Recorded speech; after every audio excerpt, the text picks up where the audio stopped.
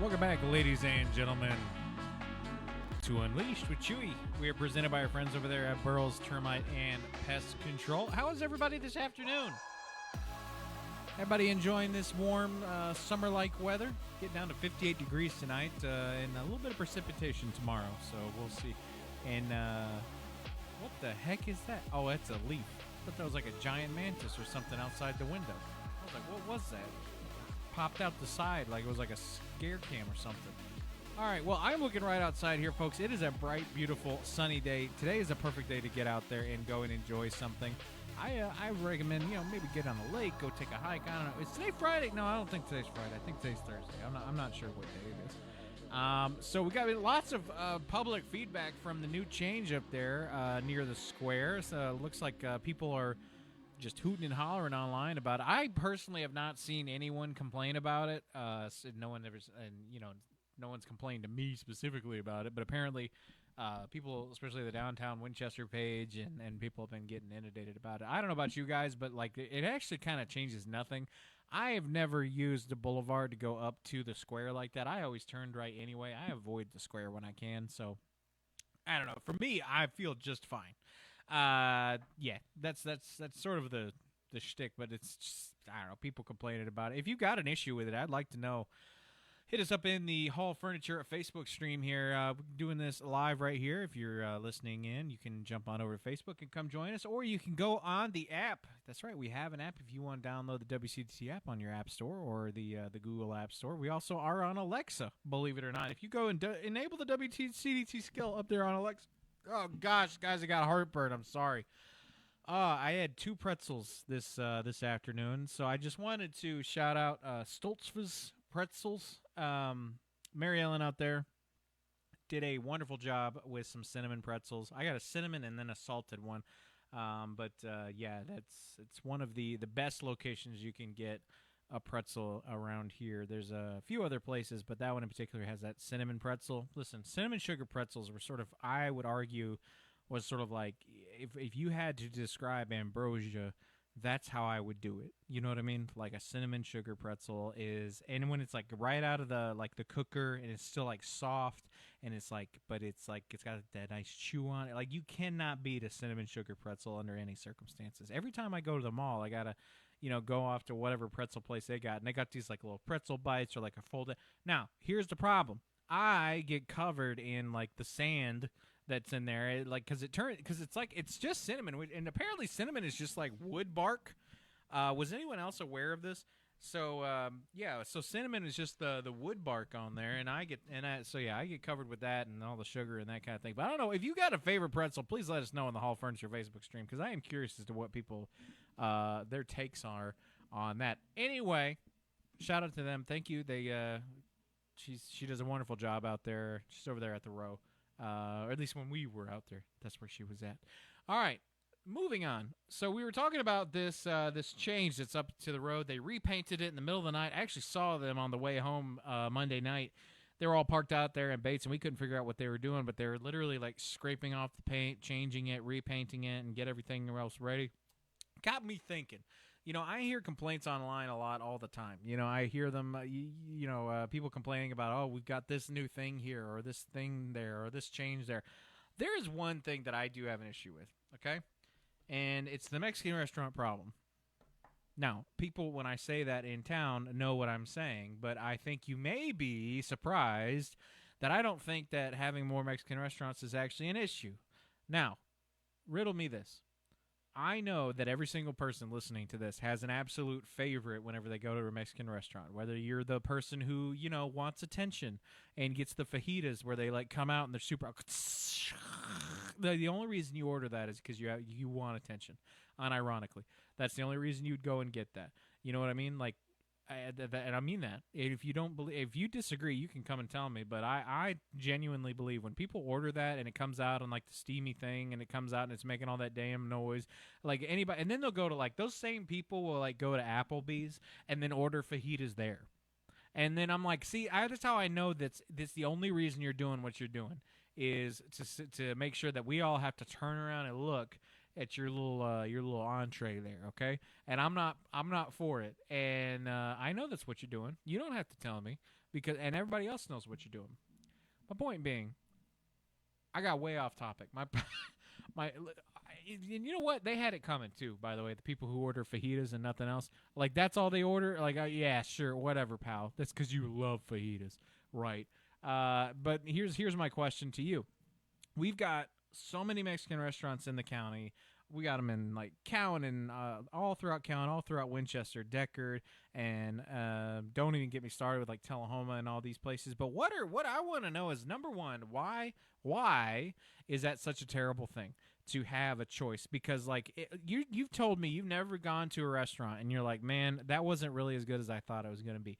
But if you're telling me like, hey, you want to roll that dice again, we can try next week at the place, the next door neighbor. Like, I mean, like, how often do you get to do that?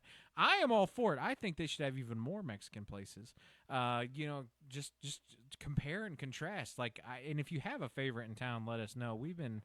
We used to be married to one, but it got closed down, so we're not married to a personal, a specific Mexican restaurant. But I do something that's just about as infuriating as anything else. Is like when I go to a Mexican restaurant, I'll order just like some fries or like the chicken strips or something like that. I will be that guy who will do that. And I got to tell you what, you guys are all sleeping on the banger chicken strips and fries that these places have, because you don't even really think about it that much. But they've got like when you're in an area like this, you know what I mean? You sort of placate the styles just a little bit. There's a few more fried things in here. There's a couple things that usually aren't on the menu. You know, you're leaning into this thing anymore, and these people they got kids, and they don't know if they like this kind of thing or not. So they always got like chicken strips and fries. So I know this is a weird move, but I'll do it, and I'll do it again, and I'm not going to be apologizing about it. I'll sit there in the middle of the Mexican restaurant. I'll be like, yo, hit me up some of those chicken strips and fries. And like, well, we only have those for the kids' meal. I was like, okay, double it and hit it over here. And I got to tell you what, like 9 times out of 10, you'll get some very, very decent chicken strips and fries, okay? Maybe one of the best places you can go around town for like that kind of stuff, in my opinion. If you want to shop local, head on over to the Steakhouse. Steakhouse has some excellent chicken strips and fries. There's very, very good stuff over there. But I got to tell you what, Mexican restaurants in general are almost always banger after banger after banger. And I know bangers, okay?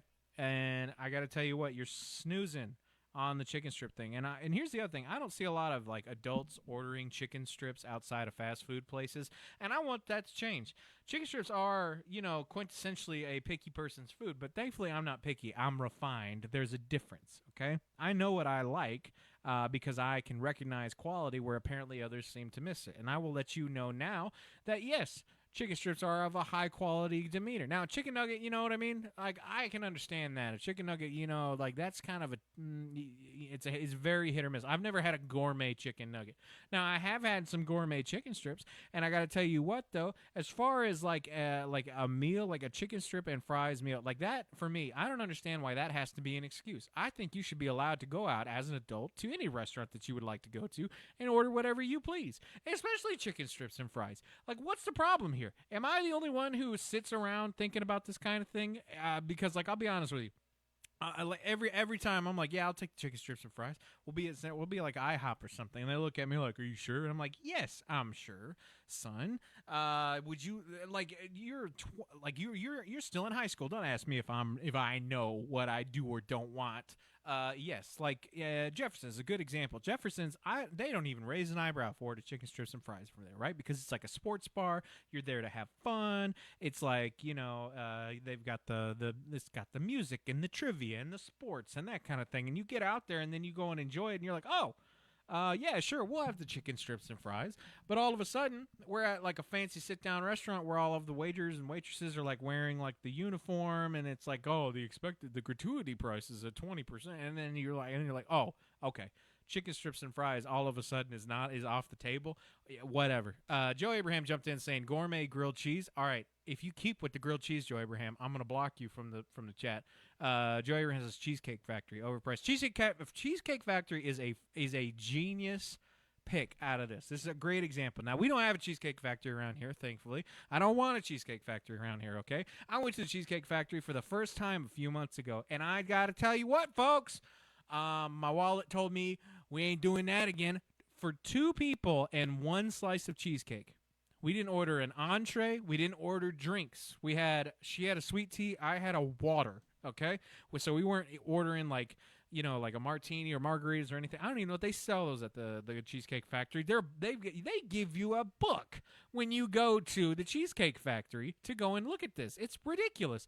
You sit there, they got like 2,500 items, and I'm like, first off, I know that kitchen back there is not that stocked, so let's just get that out of the way.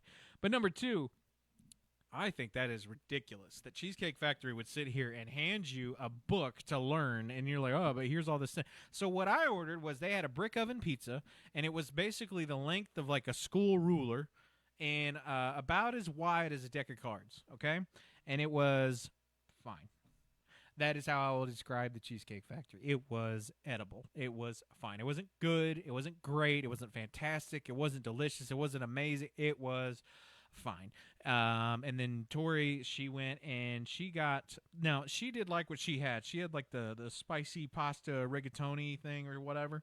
I don't know exactly what she was after, but she did get that. And she said that was actually really good. She would like to have it again. She's not going to, but, and then she ordered 1 slice of like regular cheesecake and tried it. And I asked her, I was like, okay, this is what we're here for, right? This is the big leagues. She looked at me and she said, she's like, you know what? This is good. I prefer Skips. And I was just like, really? And, Skips is like right down there where they do those unbaked cheesecake things they've got in there. Tori, well, like that's one of her favorite things to go and get in town. And I thought about that for a second, and I was like, so we made this like whole pilgrim. And, and I was expecting, I don't know what I was expecting. I guess I was expecting something a little bit more, but like when we got it, then he gave me the ticket. Again, we had a total of 3 food items, a water, and a sweet tea. That was it. $70. $70 that they made me spend at the Cheesecake Factory for 2 people. And we were also seated in one of those, like, those like long booths where they've got like the 2-person table thing. So we were sitting right there. Half of the entire time we were at the Cheesecake Factory, we were having a blast eavesdropping on everybody else because you are so up each other's rear there that you literally cannot have a private conversation. So we're sitting there, and this woman is like going off about her roommate or something that hasn't paid rent, and they lost his job, and there's all this drama. So we're sitting there listening to this. And then we've got this old couple next to us who's having one of the lamest dates I've ever heard of in their life. I guess they were on their anniversary or something. And then literally, it was like their whole conversation was that they were both looking at their phone the whole time. And these are like 2 people who are like 65 plus. They were looking at their phones the whole time. They'd say things like, "Do you go out with Jerry? Did he say he wanted to go out on the boat this summer?" And then he'd be like, "Yeah, I'll ask him. I don't remember." And that was just, it was like that kind of thing. And so I got to say, as far as the Cheesecake Factory goes, definitely a negative experience. I am not for it. I much prefer, and I mean, this sounds like I'm pandering, but I'm not. But it was like, it reinforced the idea. It's like, I don't want to leave Franklin County anymore. In fact, I don't even want these people out here to come to here. That's not my shtick. I don't want to do that. That being said, would I go again on someone else's check? Yes. I'm interested to see what else they got out there. But, hey, I don't think you need it around here. When you've got all of these different options around town, you've got tons of local options. Stay here. Like, listen, don't go to the Cheesecake Factory. I don't get the Cheesecake Factory. Somebody in the chat, let me know. Do you like the Cheesecake Factory? I do not. It is not something that I am interested or would like to be interested in from here on out. Okay. That being said, that'll end our first segment here. We're going to go take a break here real quick and then be back with more Unleashed with Chewy right here on ESPN Radio Winchester 1340 1069, presented by our friends over there at Burrell's Termite and Pest Control. Hey, it's Chewy, and if you've got pests, you need the folks that I trust. Burrell's Termite and Pest Control. They're right here in the heart of Estill Springs at 101 North Main Street, taking care of everything from termites and ants to spiders and those little critters that love sneaking into your home. Burrell's is family-owned, they're local, and they've been protecting homes around here for years. So don't wait, swing by or check them out over there online at burrellstermite.com. Burrell's Termite and Pest Control. They'll treat you right and treat your home even better. Happy Millionaires Day To you, Happy Millionaire's Day to you. Happy Millionaire's Day, dear Tennessee lottery player. Happy Millionaire's Day to you and many more. Want the chance to celebrate $1 million win again and again? Play the Millionaire for Life game from the Tennessee Lottery. With drawings every day, you could win $1 million a year for life. Talk about a gift that never gets old. Millionaire for Life from the Tennessee Lottery. Game-changing fun. Please play responsibly. Got a project to tackle? Columbus, previously from the Paul Feinbaum Show. I like your show. I've been watching you for years. I like you, but I don't like you. I don't know you like Tennessee or Alabama. I don't know which one you like, but I know you don't like the Auburn Tigers, man. Willie, thank you. I'm a little bit confused by liking me and not liking me, but you laid out your case very well. The Paul Feinbaum Show, weekdays at 3 Eastern on the ESPN app and on the SEC network. Got a project to tackle or a party to plan? Skip the stress and rent it instead at Reliable Rental in Winchester. From tools and heavy-duty machines to chairs, tables, and event essentials, they've got what you need to get the job done right. Whether it's work or a weekend celebration, Reliable Rental makes it easy. Stop by 2433 Deckard Boulevard in Winchester, or check out everything they offer online at ReliableRentalFC.com. Reliable Rental. When you need it, they've got it.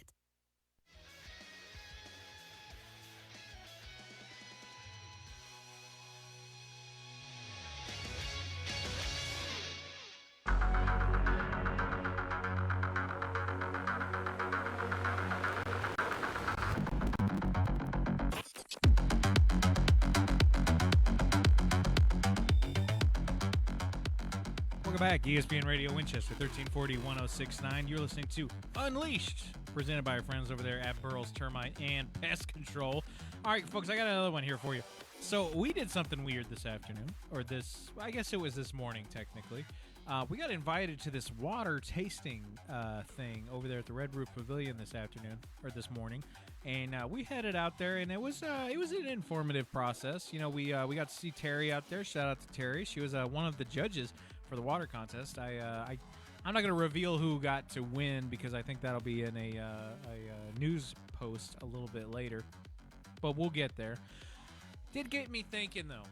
I've been having an ongoing debate with some close people around me, and we've been going on and on about this crushed versus cubed thing. And I'll be honest with you, folks. If I catch you sitting there with a crushed ice drink, I'll knock it out your hands. You're going to sit there and tell me that you'd rather have ice pieces hit the back of your throat in the middle of you trying to get a drink of water than be a civilized human being and have regular ice cubes in your drink. Explain to me this process, please. Even, like, the only reason you'd ever need crushed ice is if you were making, like, a cocktail and that's what it required, okay? Is that also what the crushed ice is for on the, on the refrigerators and stuff like that? There you go. Joe Abraham just dropped Belvedere Utility wins regional taste test held in Winchester. Great job. So shout out to Belvedere. Great job with your water, guys. That was part of the thing out there this morning. You can head on over to 931go.com if you're interested in one of those articles as well. We've got lots of other articles on there. Katie and Joe and them, and they're all keeping up very wonderfully out there. You can get game day coverage. We've got Joe reports.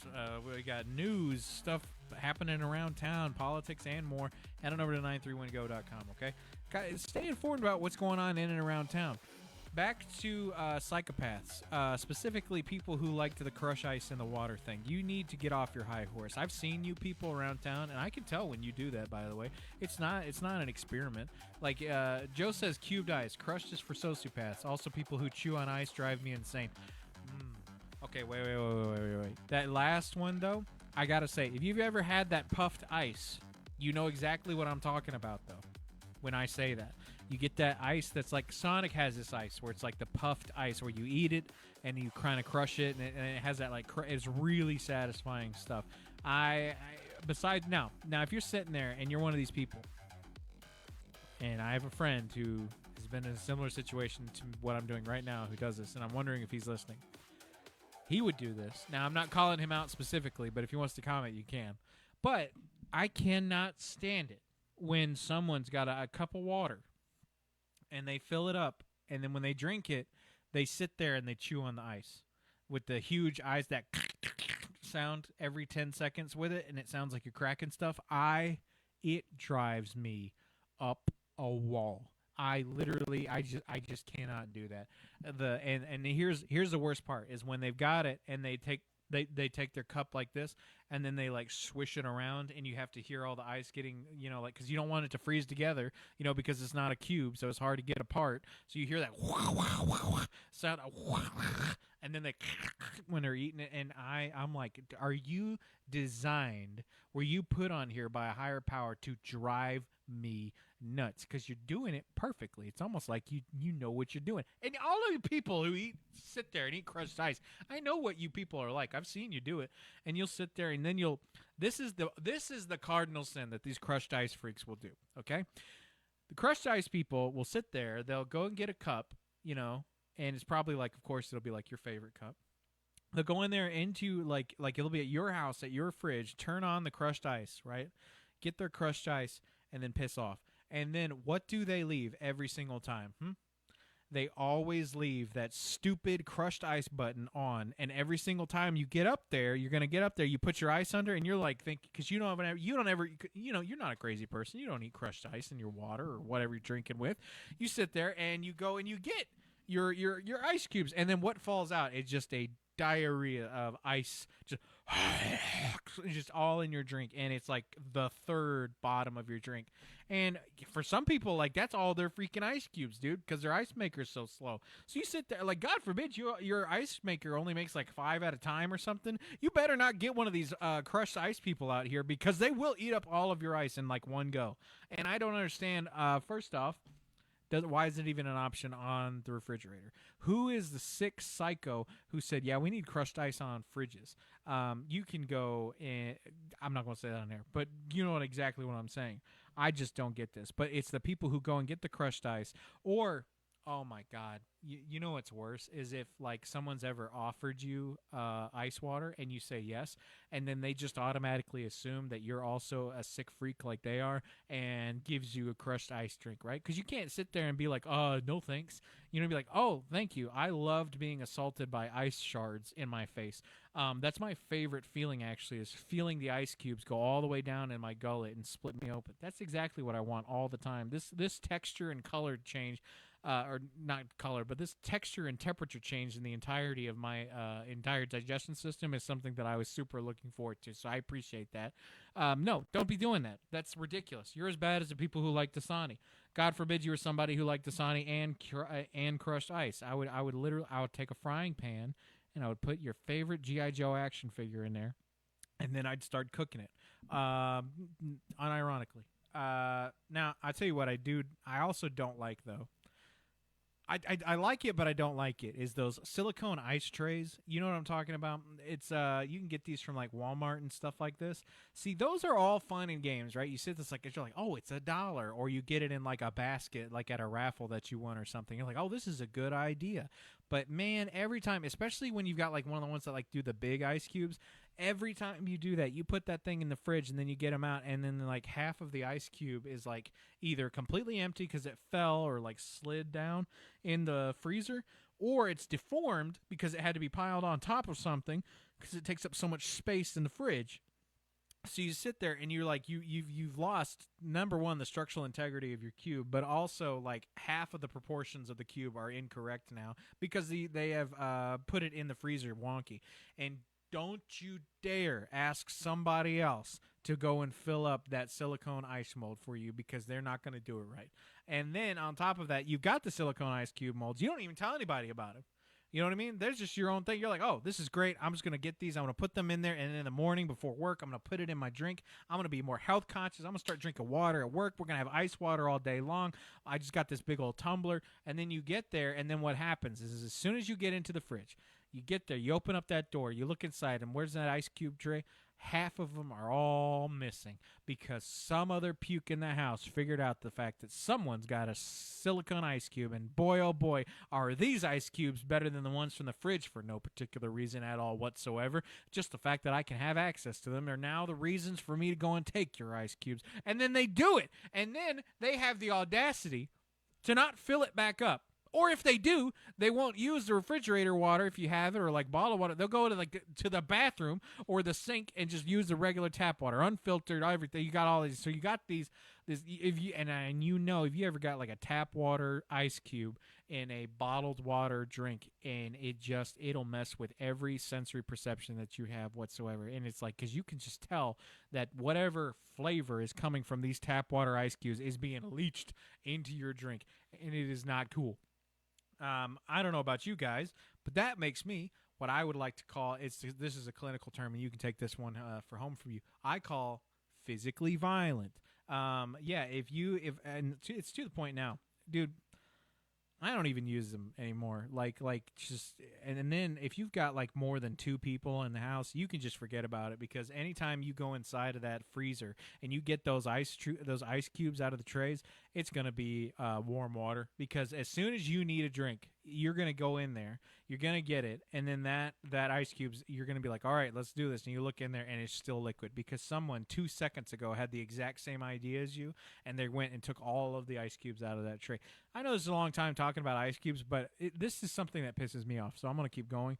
And I got to tell you what, it ruins any form of health-conscious behavior that I have.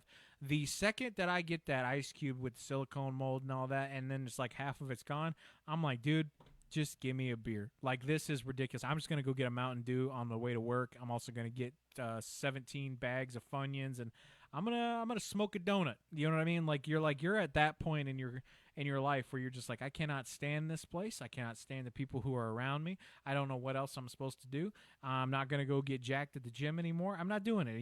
It's not worth it. I don't know if anybody else is this defeatist about ice cubes, but it certainly affects me to a very strong extent. Because I'll be honest with you guys, I'm thirsty all the time. You guys see me on air, I'll burn 2 or 3 bottles of water per show. And that's just because I'm so wound up all the time. But I am somebody, I take my water seriously, okay? We do things, everything is 100% serious on this show. And don't ever ask any, oh, man, did you really mean that? Yes, I meant that. If I catch you in my ice cube tray, I will harm you. I've had people who I invited over, and they're like, can I get some water? I'm like, heck yeah, dude, there's some water in the fridge. And these people will look around in your own fridge for your silicone ice cube trays. And I'm like, I wish I was born with the audacity that you seem to have, because wherever you were raised, I don't know where you going into a stranger's house, or even a well-known acquaintance house. You're sitting there, like, you ever have these people who come in, they'll like look through your cabinets, or like they'll go in there and they'll like look in the refrigerator. They'll come into your house and they'll switch the TV onto what they want. And you're sitting there like, okay, we're playing this game. All right. I just start farting. Like, as soon as you do stuff like that, if you want to make it comfortable for you, I'll be comfortable too, and I'll ruin your night. I can't stand it. Anyway, does anyone else run into this issue, or is it just me? I imagine this is probably an issue for, like, if you have kids and you've got the ice trays. Whenever are those ice trays ever full, except for the second after you put something in there, and the minute that it freezes, it's completely empty. Man, I tell you what would piss me off is it's like when you catch them, not just in the act, but you catch the ice tray like in the sink, and then like, oh, that's somebody else's problem, and I'm like, all right, now we have to have a come to Jesus meeting. All right, now I'm gonna be late for work because I got to yell at somebody. This is something that is it's both unacceptable, unprofessional, and completely irrelevant to what we were doing around here, okay? I cannot stand that when people pull the ice cube thing with me. That being said, I don't mind warm water. I will leave a drink out, and I will keep drinking it. I am that weirdo who, and like, if you give me like something that's been in a cooler, I'm not going to put it over ice. In fact, I kind of think ice ruins everything except water sometimes. I don't like a lot of ice in my drinks and stuff. I would actually, if it's cold liquid, don't need the ice. You know what I mean? I'm not an ice guy. But if it weren't for that, the older I get, the more I enjoy it a little bit. And I don't know what that is. I don't know if that's like the edge taking off, if I'm reaching my midlife crisis, or if I'm leaning towards something that I'm turning into the monster that I despise so much. But listen, I'll be honest with you. Like, I'll leave a water out, and I'll drink it if I'll be honest with you. I've gotten out of the car during the summertime, gone to an event outside and came back into the car was hot the whole time, and they've got the bottle of water that's been in the sun the whole time, I will drink the water. I will do it. I just don't care. People have told me, like, well, don't do that. It does X, Y, or Z. No, the reason you don't do that is because it'll cause burns in your ceiling. The sun will literally turn your bottled water into a magnifying glass, and the glare that comes off of that will literally burn. If you ever have burn holes in your ceiling, you ever seen these with people and they don't smoke, or if maybe you've got like one or two small ones in your car and you've never smoked in your car, it's because you're leaving bottles of water or like glass in your car, and the sun is bouncing off of that and literally cooking the fabric on the inside of your car, burning it. So that's like an actual thing that happens to people. All right, we're going to go take a break here real fast and be back with more of Unleashed, presented by our friends over there at Burroughs Termite and Pest Control. Let us know what you guys have opinions on. If you feel like I could be ranting or yelling about something, let us know. We'll have more after these messages. Stay tuned. Common in our culture, but when it becomes misuse or dependence, the impact can affect families, careers, health, and safety. If drinking is causing strain in your life or someone you love, help is available. The Franklin County Prevention Coalition connects you to prevention education, recovery support, and local resources. Stronger together, stronger without it. Learn more at fcpctn.org, funded under a grant contract with the Tennessee Department of Mental Health and Substance Abuse Services. Out with the cold, in with the comfort. Refresh your home with Hall Furniture in Winchester. From stylish living room sets to cozy recliners and dining pieces made for gathering, now's the perfect time to upgrade your space. Quality, comfort, and pieces you'll love coming home to. That's Hall Furniture. Visit them at 3131 Deckard Boulevard in Winchester, or browse anytime at hallfurniture.com. Hall Furniture. Make your home feel brand new. At Citizens Community Bank, we're here to make your banking easy and convenient. Whether you're visiting us in person at our main location at 1418 Dinah Shore Boulevard in Winchester, or others in Deckard and Huntland, or managing your money on the go with our secure mobile app, we've got you covered. Call us today at 931-967-3342. That's Citizens Community Bank, Equal Housing Lender Member FDIC. Your trusted partner in banking for over 30 years. Hey folks, I'm Johnny Hand from WCDT, the home for Franklin County Athletics. From Friday night football to every big game in between, we're proud to bring you all the action that keeps our community cheering. Want to be part of that excitement? We'd love to talk with you about advertising and other great opportunities to support our local athletes. So give us a call today at 931-967-2201 or stop by the station at 1201 South College Street right here in Winchester. WCDT Winchester. We are Franklin County. This is Unleashed with Chewy, powered by Burroughs Termite and Pest Control on ESPN Radio 1340 1069, WCDT Winchester.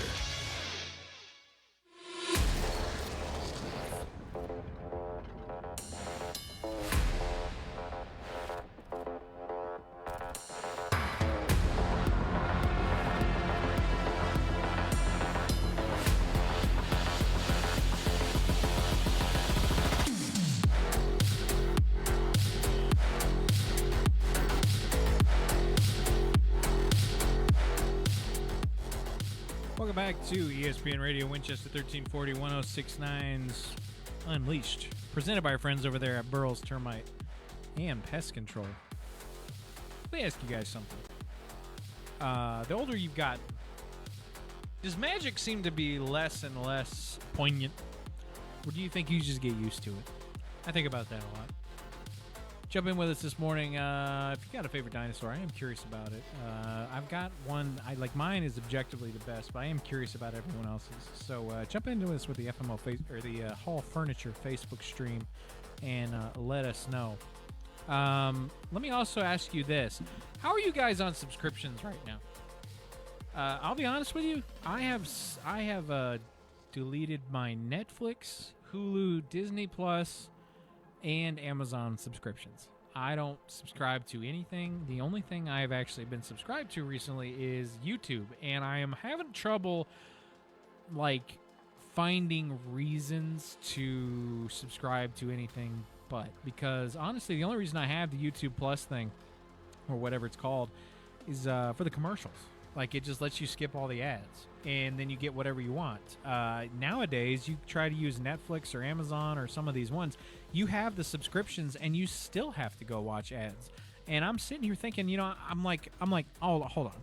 You're saying I can get TV quality shows on YouTube for free and interaction, and both see small and large creators together on the same platform, and I don't have any ads. I'm like, how do you sell that to me? Like, I don't understand. They're like, what am I missing out on? There's no show right now that's worth $30 a month for me. I can't do it. Like, because like there's so much content on these platforms now that you get overwhelmed, and then you don't watch anything. So then you just wait around until, oh, this is big on Amazon right now, or oh yeah, we're waiting to the next Game of Thrones season comes on, or yeah, did you see Fallout, or oh, Stranger Things is dropping here soon. It's like, I can't justify $30-$40 for like 2 or 3 shows. I mean, I just can't do it. Good morning, hey, good afternoon, Andrew. How are you doing this afternoon, bud? We're talking like, listen, we're talking subscriptions. I don't know. Like, my girlfriend will go and like, she's got like a subscription to like Spotify. Spotify has never made any sense to me. I just don't get it. I get like the convenience of having all of your like music in one place, but again, you can just do that on YouTube. Again, with the app, you get that YouTube Music app. It's the same thing.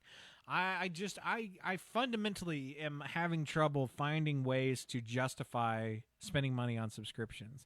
You've got people who are like, if you're not like outside of work, you've got people who are like subscribed to these AIs.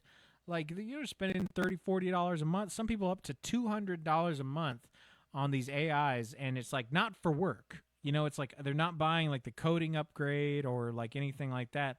No, they're just talking to it. You know what I mean? And I'm like, that's fun, fine, and dandy and all, but I cannot justify a purchase like that. I'm still playing video games from 15 years ago because like I'll see a game out and I'm like, I'm not buying that unless it's like $20. Now I may just be realizing that I'm cheap right now, which is a fair assumption and a fair point. Maybe I am cheap, but two things can be true at once. I can both be cheap and also it not be worth that much money. Especially if like you're on Netflix and you're going to give me a commercial for more of the crap that you've got on your sites like that I can go and look at myself. I don't think so, pal. Like, it's like, that's not the way I'm, it's like, and I'm not forking over more than $10, $15 for your entire subscription service. And then you're going to blast me with more ads. No. Now, I've heard that this is basically what the streaming services were, is that they were just basically going to entice everybody with doing a reverse benchmark of all the problems that cable had and just bring it to streaming. Streaming used to be this Wild West where you had all these shows on here and they weren't playing any ads. You just get it all for free and you're doing all this stuff.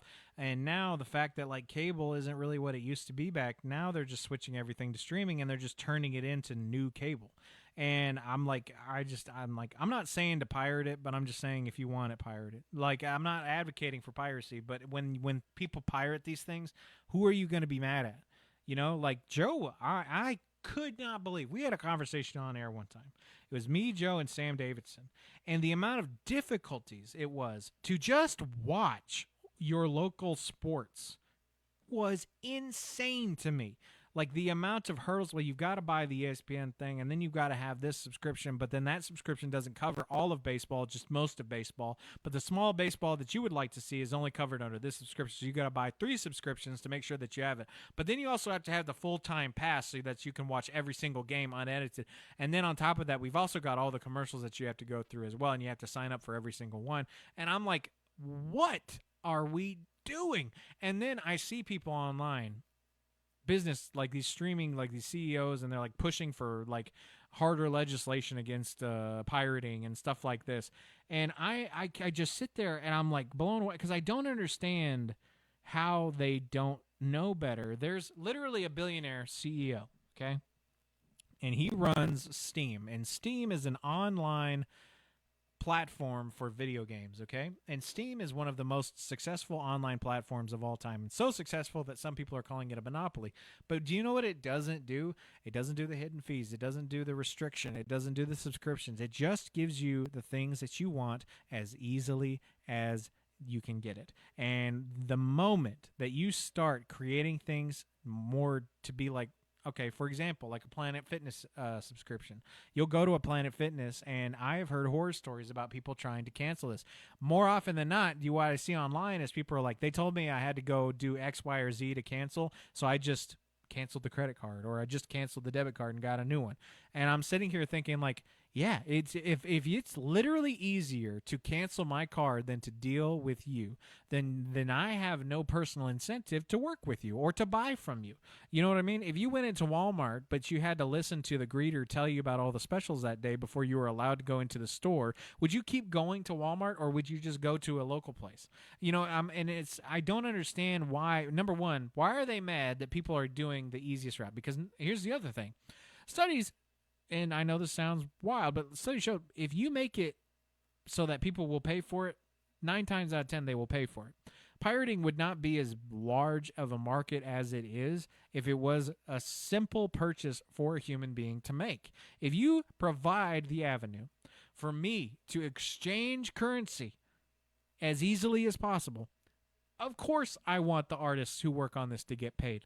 Of course, I want the actors and the grips and the director, and I want the cinematographer paid. I want the best boys, and I want the VFX artists, and I want the food caterers, and I want all these people. I want them to make their money back. Yes.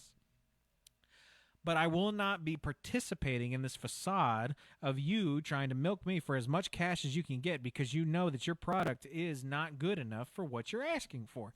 I won't do it. Now, if you want to sit there and say, here's the subscribe button and here's the unsubscribe button, you can do either or, and it's as easy as that. The only thing Joe Biden ever did that was good was he advocated, I don't know if it was ever implemented, but he advocated for a one-click cancellation button for all services. Basically something where you wouldn't have to jump through hoops and find somebody who lives on a remote island on a telephone, and you also have to do an incantation and smoke signals to go and get them, to ask them if you're allowed to say, I don't want this service anymore. There was a guy who was on with Comcast. He was on a hold for 12 hours one time, and I cannot believe that, number one, that he sat there for the entirety of that time waiting for him to do it. That's a level of mad and dedication that I just do not understand, and I respect that man for doing it, but that's ridiculous. And so Joe Abraham jumping in and saying, I want the one-click cancellation. Eric Ramos says $22 a month plus Wi-Fi costs just for my Fire Stick. Any movie, sports, or show that you can think of, including new movies in theaters. There you go. I mean, that's all I'm saying.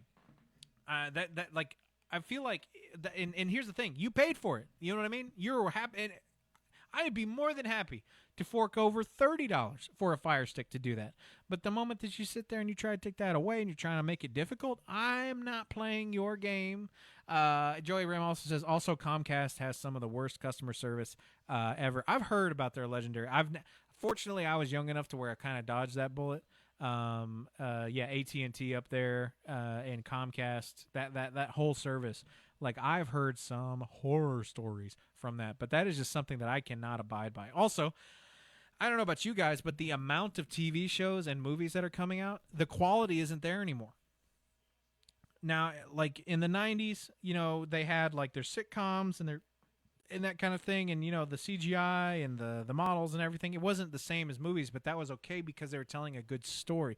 They were both telling a good story, and the amount of content that you got, you felt justified in your purchase because you got lots of episodes and you got lots of good story.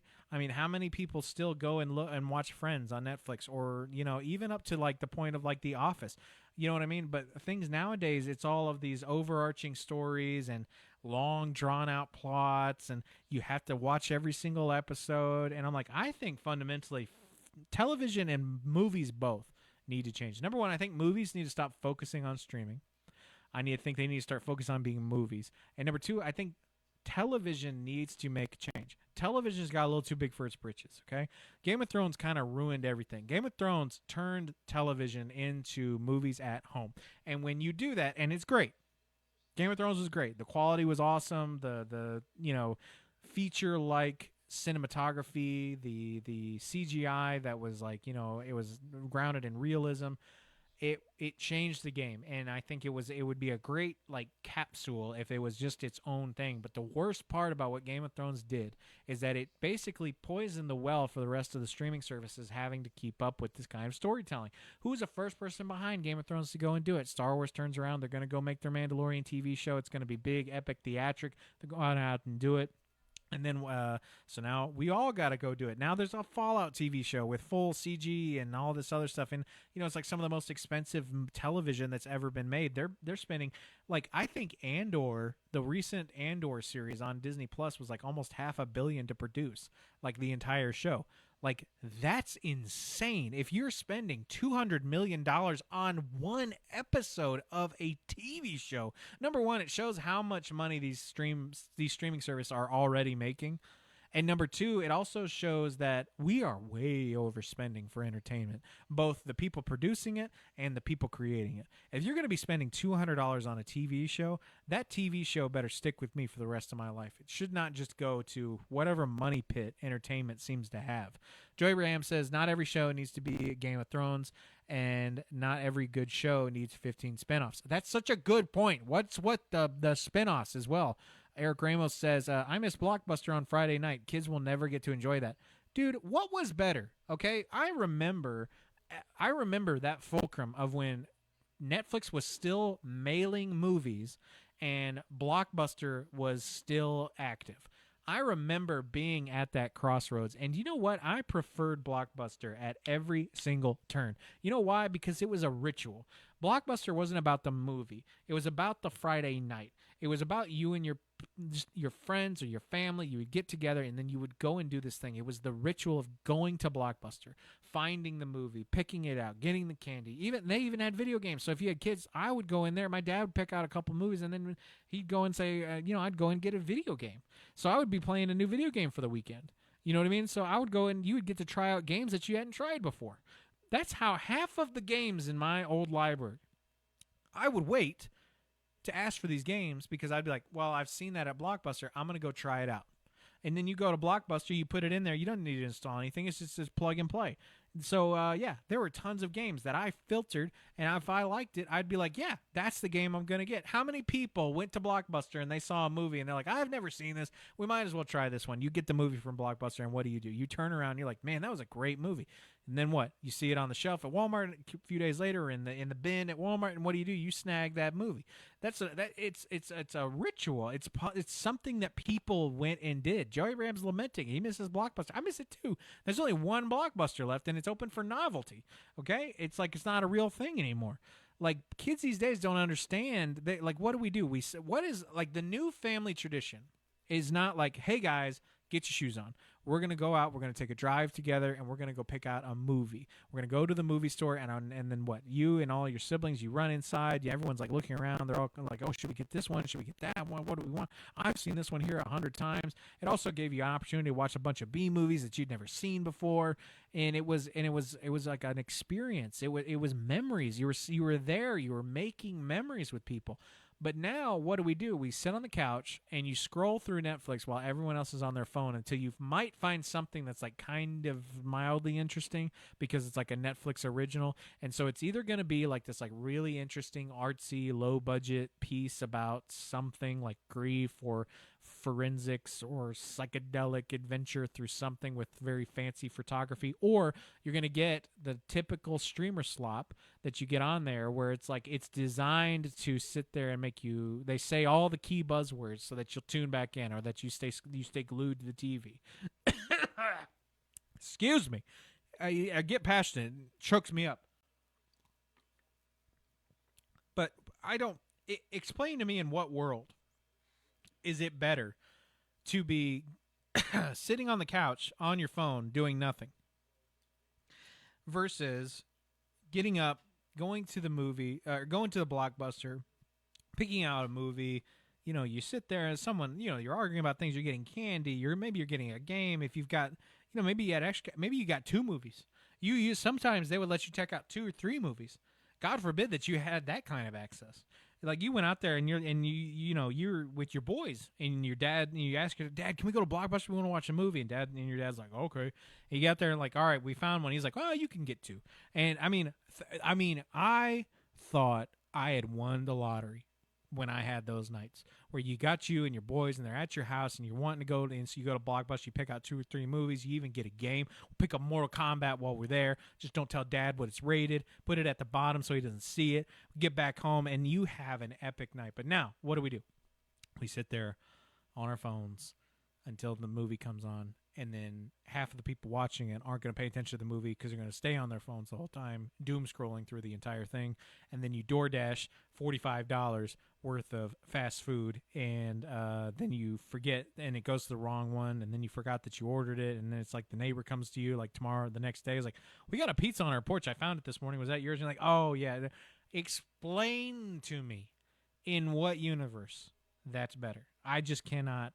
In the back of my brain, I just cannot justify it. Like, and even like food prices nowadays, they've killed this ritual as well. Because you get outside, you're not spending less than $50 if you got like more than 4 people. Like you if you got, I mean, think about it, right? I mean, half of these deals that everyone's got online for food are scams. You get out there, like I don't use DoorDash. I used it one time. I got a 10-piece nugget and a fry from McDonald's. $37 in total with tip. In no universe ever even thought of is McDonald's worth nearly $40, okay? It's just not worth it. And I don't think that this is worth it. I think we need to bring back video rental stores of some kind, or maybe like a candy. Listen, I don't know what it is. This is why I desperately cling on to cinemas. When people forget. So this is something that people are not going to notice. We've got Oldham Theater right downtown Winchester. You can go right up there on the square and go watch these movies, like trending big movies, not just like little reruns or something like that. No, like the next Jurassic Park and the next Star Wars, they're going to be there. Okay. That is going to be a privilege in which no other place around us is going to have here very soon. And here's how I know this. The only place, so Nosferatu came out a couple years ago. The only place I could watch that on 35 millimeter film, what it was shot on and designed to be witnessed on, there were 9 theaters in the entirety of the United States that were playing that. 9, okay? Now, following that trend, how many stage theaters do you think that we have around here? The closest one that we've got that I know of is South Jackson. Okay, we've got a few, and we've got a few performing arts centers around here, but that's probably the biggest one in and around us. I hate to see the day that we finally get to a point where movies are skipping the movie theater and going to Oldham or going to streaming, because that'll be the death of it. Because I believe Oldham is not only a treasure, but also a place where you go and make memories. These memories are important. Tony Anderson says technology is ruining everything. I think technology has the option to do better, though. And I think the best way that we can kind of change that is kind of, you do it with your wallet. It's like, for me, if I see a movie, I almost rarely anticipate the streaming. I always go to Oldham, and if I can't go to Oldham, I go to a theater, and I want to watch that. Like Hail Mary is a good example. I watched that 3 or 4 times.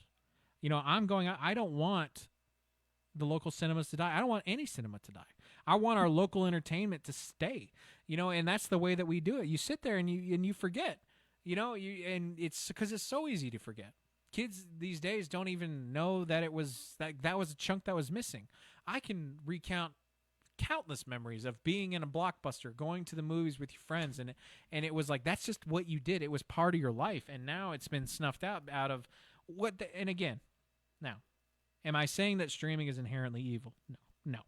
There's lots of people who do not have the ability to access physically, due to physical limitations or mental limitations or age limitations. They don't have the ability to go out and do these things. So I think that's a great place for streaming to cater to, providing an opportunity for everyone to get involved in.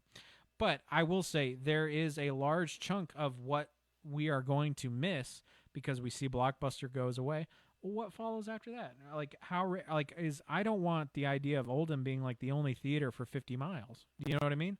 I want there to be as many as we can, but that's my biggest fear but it's what I'm witnessing in the film industry. Did you know that like the film industry now is like allowing streaming services to sort of cater to the streaming? Producers will go on there, and this is like an actual, you can look this up.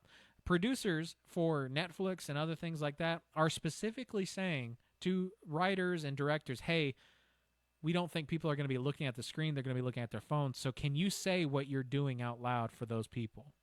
Or people usually just turn this on and play it in the background while they go and fold laundry. Can you tell everyone what action you're performing so that they don't know it?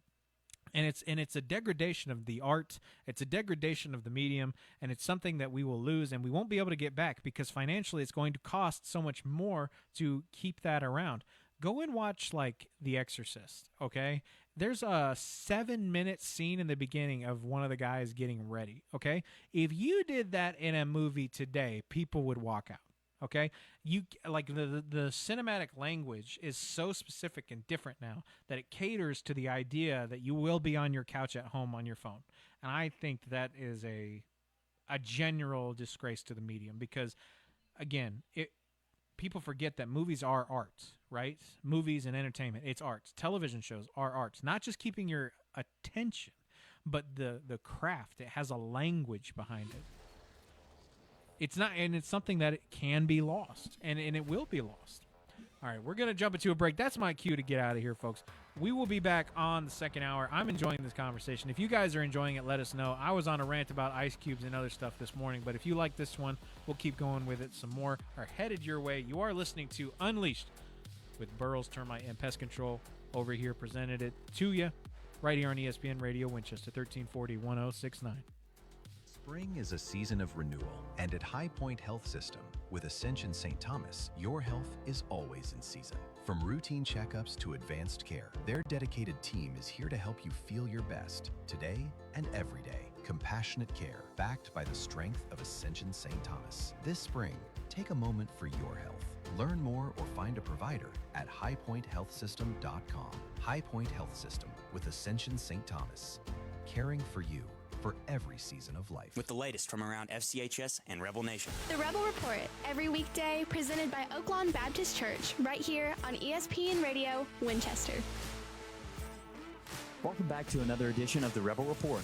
We've got a big week ahead for Franklin County Athletics as multiple teams are making their final push towards the postseason. That's right. Let's start on the diamond where the Rebel baseball team is gearing up for a huge district showdown.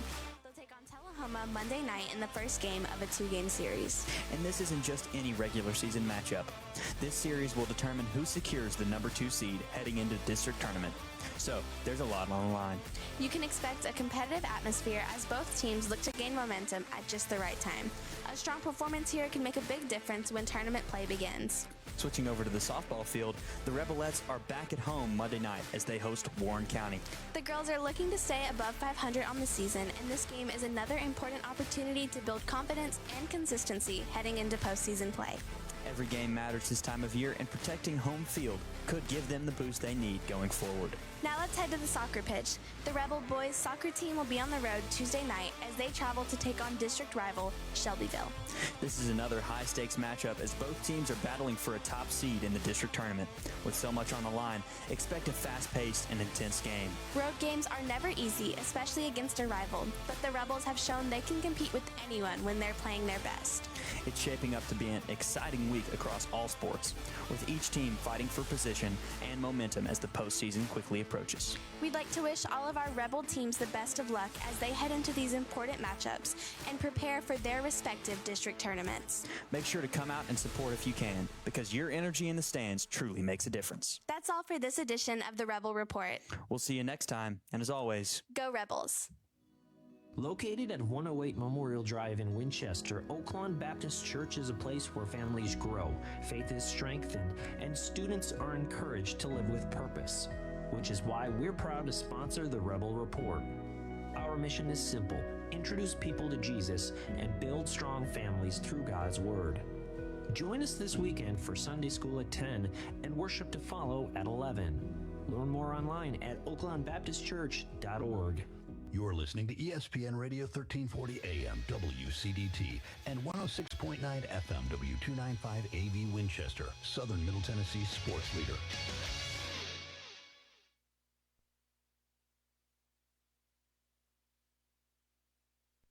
You are now experiencing Unleashed with Chewy on ESPN Radio Winchester, presented by Burl's Termite and Pest Control.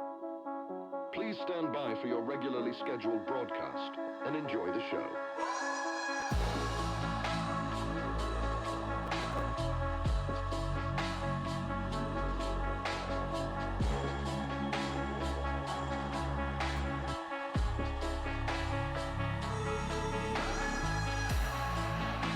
Welcome back to Unleashed with Chewy, presented by our friends over there at Burl's Termite and Pest Control. Good afternoon, I'm Chewy, and today we will continue our noble mission of turning minor nonsense into national importance.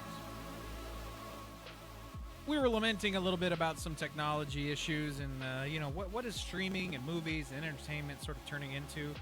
On top of that, talking about it, we've got like AI also leaking into it as well. Here's the other thing is I can tell, where that online recently it's become so accessible.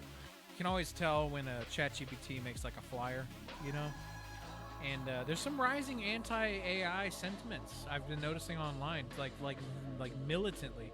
I think the chief AI guy over there at OpenAI, his house got thrown, Molotov cocktails have been thrown at him. He's been attacked here recently. All of a sudden, he's turned around and changed some of his opinions. Yeah, go figure. But I've to the point to where I've seen there's Facebook groups who will kick you out just for advocating for it, or even saying that you've used it. Online, especially with younger people, they can just tell. They did a study where 30 to 40% of millennials could notice, but Gen Z and up, it was 60% of those polled could tell when something was AI, even the really good ones. But basically, Gen X and down, older, they just didn't care. So that's also something that's going to be happening here soon. Is you're going to be seeing a lot more the AI stuff falling through. I have an opinion, and this may be controversial, and I may be foiling a future idea or something like. But here's my thing. I recently watched the latest Jurassic Park movie with Scarlett Johansson. And that movie the dialogue in that movie was so bizarre and so disjointed and so shallow that I was like, hold on, this has to be AI, because it sounded like, you ever watch one of those movies that's been translated from another language and it's not been done very well, so it's just the raw words, and they're saying things sometimes, and it's they're using English words, but they don't really mean anything, or if they do mean it, it's you have to sort of infer what they're trying to mean from it. That was the entire experience of this Jurassic Park Rebirth thing, which pissed me off a lot, because this is the return of the Spinosaurus, and it did a neat idea. They updated it a little bit, I guess, but they just made them into alligators, which is kind of true. Not to the degree that they did it, but I was thoroughly disappointed with the Spinosaurus performance that we saw. And I got to be honest with you, the dialogue in that movie, that's not even the part that would have been the part that pissed me off the most in that movie. And seeing the Spinosaurus done dirty, that would have been the part that I was like, oh, I have to turn this off. No. What made me so mad was sitting there it was literally work trying to discern what they were saying, what this scene was about. It was like an alien came down to Earth, and it had aggregated all of the American cinema that it could find, and it said, here's our movie. We're going to do another Jurassic Park. And then they try it, and then they get through it, and they're like, okay, and now we have an emotional scene. And now we have the sacrifice scene, and now we have the remembrance scene, and now we have this, and it was like they had a checklist of all the things that had to be in the movie, and all of it was done through dialogue that again sounded like it was translated from Chinese, where it's this dialogue would make sense in this language, but it doesn't do a direct translation. Do you know what I mean? And you're sitting there watching it, and it gaslights you into thinking that you're a stupid person. Because I was sitting there watching Jurassic Park Rebirth, And I literally could not understand what was going on to the screen. Literally, I was like, I think there's something wrong with me. And so I went and I was like, I'm done. I'm going to try this again tomorrow. I went, ate, slept. The next day, tried again, and it was worse. And I genuinely, like, I was having a crisis at this point because I was like, am I crazy or is this what this is? But no, it's just, and then it wasn't even that. I went and watched some other movie on Netflix, and it's exactly the same thing. I think it's probably, I'm not saying this is what it is. It definitely sounds AI curated. We'll say that because it sounds, and number one, I can tell you number one, the writing in this is sloppy. It is, period, just sloppy. It is sloppy dialogue that no editor has ever gone over, no director looked over it, no actor looked over this before shooting. I genuinely believe that they got their scripts the day that they started filming, because the way that they do it, it is so flat and so uninteresting and so strange that you can tell that those actors are attempting to act out words that mean literally nothing. I'm sitting here watching this movie and I am pulling my hair out trying to figure out what is happening because I cannot understand what they're trying to say.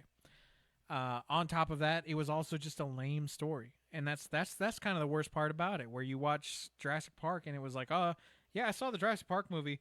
It was just kind of lame. Like, what? Like, could you imagine you go to see a dinosaur movie and you're in like live monstrous dinosaurs eating things and people, and they're like, and then you watch it and you're like, yeah, it just didn't do anything for me. Explain this to me. I mean, explain it to me. You go and see a dinosaur movie and you were bored? But yeah, I was bored watching this movie. I went back and watched Nosferatu the other night because I've been watching a lot of just sort of like high budget, high, interest, aggregation, sort of like the things that Hollywood wants you to go see because they spend a lot of money on it. So I was like, I need something a little bit different. So I went back and I watched Nosferatu. And I noticed there was a stark difference with the work and the dialogue, okay?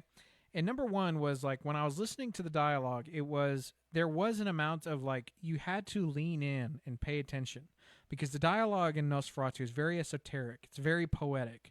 It's very aside from reality. Like, you're witnessing these characters who don't live in the same world that we do. They live sort of beyond it a little bit. Like, they see things further than the human perception can see. So there is also an amount of work that goes into watching this show. Like The Witch is also a good example of this, where they're using this old accent. So half of the time, you really have to pay attention to these movies, because if you miss something, in the audience, and the director of both of these, he doesn't treat the audience like they're stupid. Like, sometimes you'll go to these movies, they will say something, and then another character will then explain what this character is saying, or something will happen, and then another character will go and then explain the consequence of this happening. That, for me, is infuriating. I hate that so much, and I cannot stand it. And thankfully, I went back and I watched Nosferatu. I was like, okay, this is what a movie is supposed to be. This is a fairy tale sort of story. It's using fairy tale dialogue. And that jolt going back to the modern just Jurassic Park Rebirth, I mean, it was like getting on a bad roller coaster where you're a little scared the whole time, where you're like, this is supposed to be fun. It has all the hallmarks of things that are supposed to be fun, but I'm really having a bad time being here, and I don't want to keep doing this. So there's that. I don't know if there's much more to say about that specific topic in general, other than the fact that I just certainly hope that it does not set a standard for the future, especially as far as entertainment goes, because that'll be the kiss of death for the movie industry. I tell you that much right now. And you start getting to a point to where you can have AI competing with your product because you do nothing but put out bad product, then we've got a problem. Because like, if you start making AI movies and people start liking them, then we're gonna have an issue, because then it's like the art of that medium, like, it'll just die. There's like, it costs too much money to do. The business itself will die. I don't understand why these creatives are leaning in on it in some cases and trying to add it to things where it doesn't need it. Hail Mary was a good example of like what you're supposed to do as a movie. You go back and you listen to that movie, it's like, oh yeah, it was a bit of a challenge to make. We were trying to do things, we were trying to do that. And I'm like, yeah, because like, if you don't suffer for your art, is it art? You know what I mean? Like, AI has no capacity to lament, to be sad, it cannot suffer, therefore it cannot make art. You know what I mean? And your art is the labor that you put into it, right? You see a beautiful painting, what are you looking at? You're not looking at a good picture. You're looking at the laborious hours of work and time and dedication and craft when you look at this painting. You're like, look at the way that green is mixed together so efficiently, and you don't even see the lines of where it's been put on. You're like, look at the way the light interacts with the people when they're making these things. It is the same idea when you do movies. When you hear the dialogue, if something sounds funny, it doesn't sound right, it doesn't resonate with you, there's a difference between a movie not connecting with you and a movie missing the mark. The Terminator is a good example. I've never liked Terminator. I don't get it. It's not my movie. I just don't love it. It's not something that I've ever enjoyed. I don't understand the hype around it. But can I tell you this? I understand why you do. I see the craftsmanship. I see the interest. I see what we've got there. I see why people see this, because it is an act. It is a suffrage. It is love incarnate into this art form, right? And then what? And then you turn around and we turn this into, it's like, yes, it's a business. People need to make money, but two things can be true at once. You can create art and be successful at the same time. Hail Mary, proves this. And I don't know. Movies are just sort of in a sad state here lately, and I don't know if I am ready to generally accept what's been going on. Like, even to the point now where I'm less hyped for movies than I was. Steven Spielberg's got this like new First Contact movie coming out, and I'm just not interested. And there's a new Mandalorian and Grogu movie coming out, and I mean, I'm excited because I like Star Wars, I guess, but I'm not like, it's not like I just can't believe it. You know what I mean? Like, I used to be like, when they announced when Disney bought Star Wars, we all kind of knew it was coming. But I remember when they bought it, and my friend posted on Facebook that they're making a new Star Wars movie. I didn't believe him. Because I was like, I grew up with the prequels and like the whole special edition thing, and I remember how protective George Lucas was about it and everything. And he said they're making a new one. I didn't believe it. And it was one of those realizations where I was like, oh my gosh. And, the hype for it, even like, I was too young to know the hype of the prequels. I remember watching them. I remember going to the movies to see like episode 3, but I don't remember the hype for 1999. I just don't. I wish I was there for that. And it's funny how movies have corporatized this idea to the point now where people are no longer excited for your movies because they expect them. It's not it doesn't move culture anymore because it's just part of what you guys do. It's a business that has to maintain through entertainment and attention. It's not something that someone who puts a lot of effort and work and time pours their suffrage into and creates. Now it's just something that's a fact.